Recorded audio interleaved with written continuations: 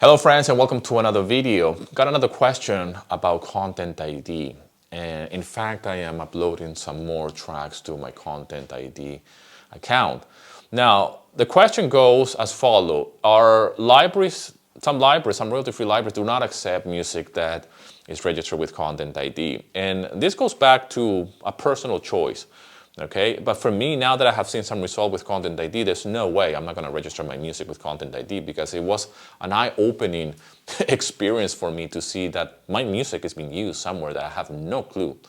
I have no idea that people are actually grabbing my music tracks and putting them in random videos. So, and some videos have a lot of views. Some YouTube channels are really official, okay? And they're all foreigner in some country. I mean, I don't know exactly what these channels are, but the truth of the matter is that they're using my music without purchasing a license, and I want to be compensated for that matter, for that particular music track. So I'm already seeing results, and that result translates in money and income.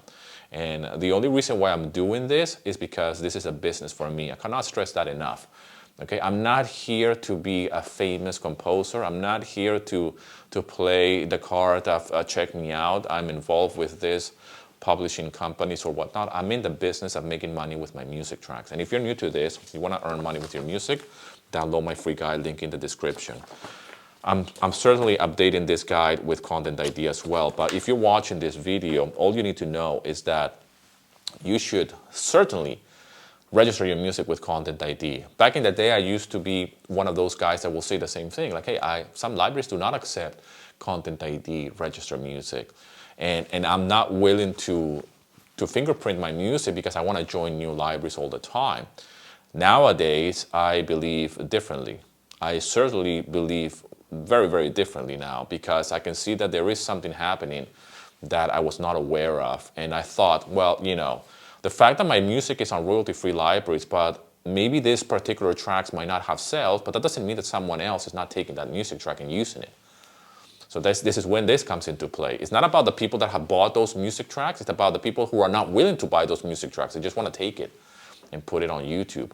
So the reality of all of this is that we have to protect our music, and I'm all up for that.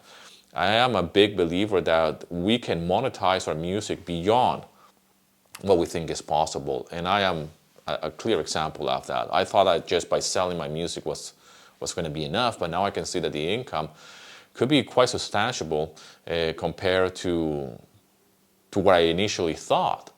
In fact, the revenue that I already have is, I could easily consider that another source of income in conjunction with my sales.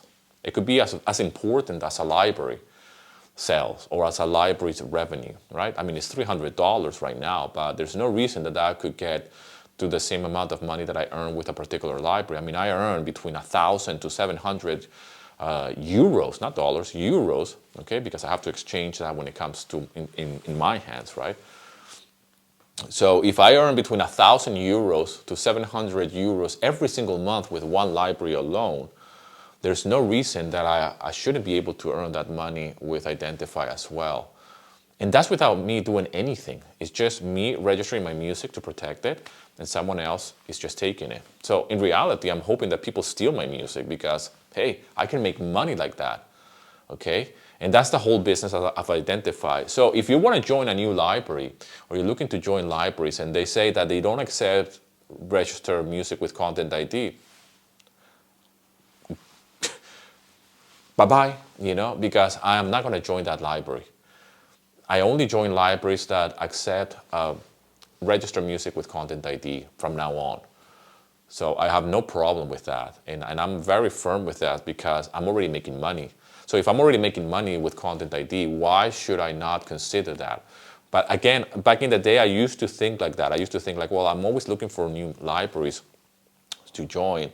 And, I don't want to be I feel like I'm missing out if I actually register my music with Content ID and then this library says like, oh, well, we don't accept Content ID registered music. Nowadays, I feel like if you don't, then good luck to you because most composers are actually registering their music.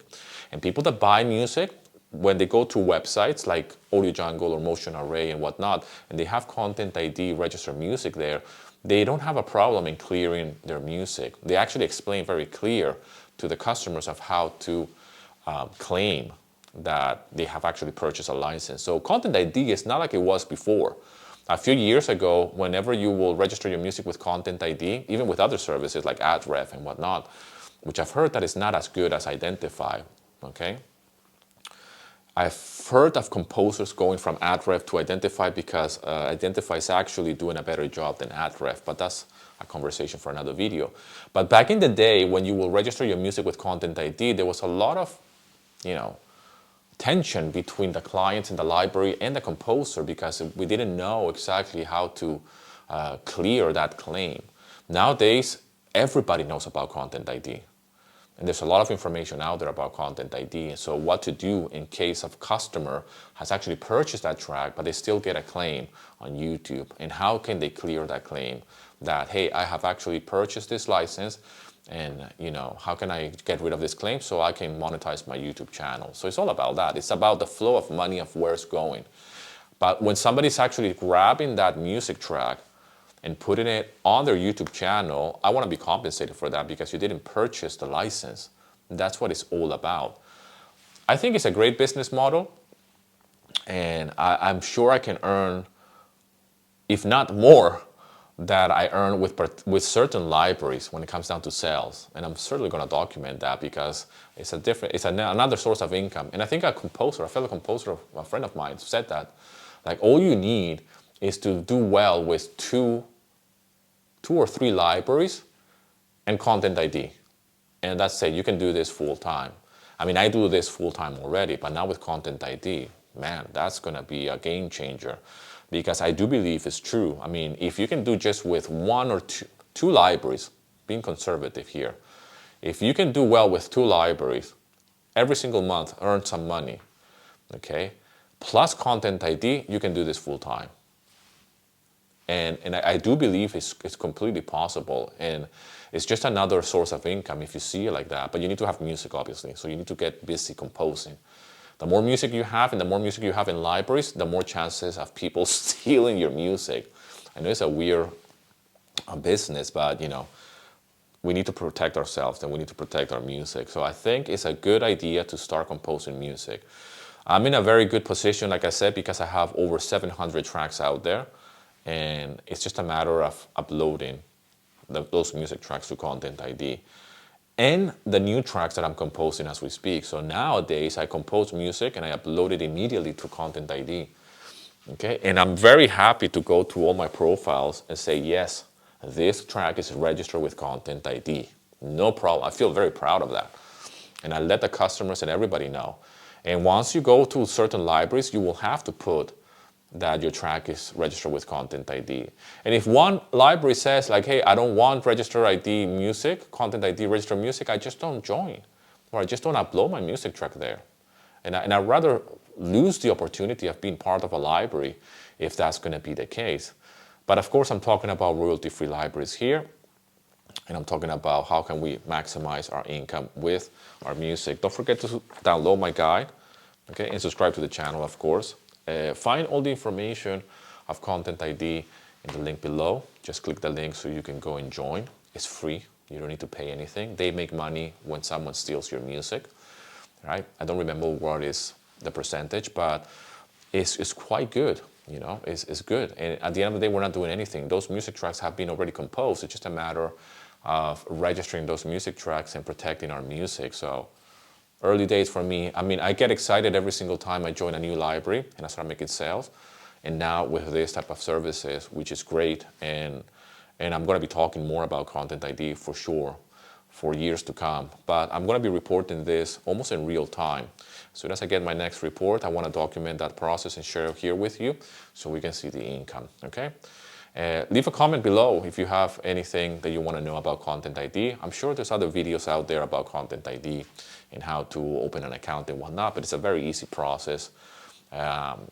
Again, I can't stress enough for you to have everything in place, like a PayPal account ready, and have your tax information ready so you can fill it up. and everything. I'm not sure if they ask for ID. A lot of composers stress out. I can't tell you how many emails I get, like, oh my God, this library is asking me for an ID. How dare they ask for my private information? All of this. Your private information most of the times is quite secure. They just want to confirm that you are who you are. Especially nowadays with all these chat bots and and AI and all of this. I mean, we have seen many problems in the past, years ago, especially in libraries like Oli Django, with fake accounts and just uploading like thousands of tracks out of nowhere. So it's just a matter of making sure that the libraries know that they're dealing with a real human and with a real person that is behind that email or behind that music. I don't have no problem with that, but you have to be ready for it, okay? Because if you join this type of libraries, or if you join Content ID and all of this, and you don't have your PayPal account ready, you're like, I don't know what PayPal is, you don't know how to connect PayPal with your bank account, then you're pretty much not expecting to make any money. So I will start there. Anyways, this is a topic for another video. Thank you so much for all the love and support, my friend. I'll see you in another video.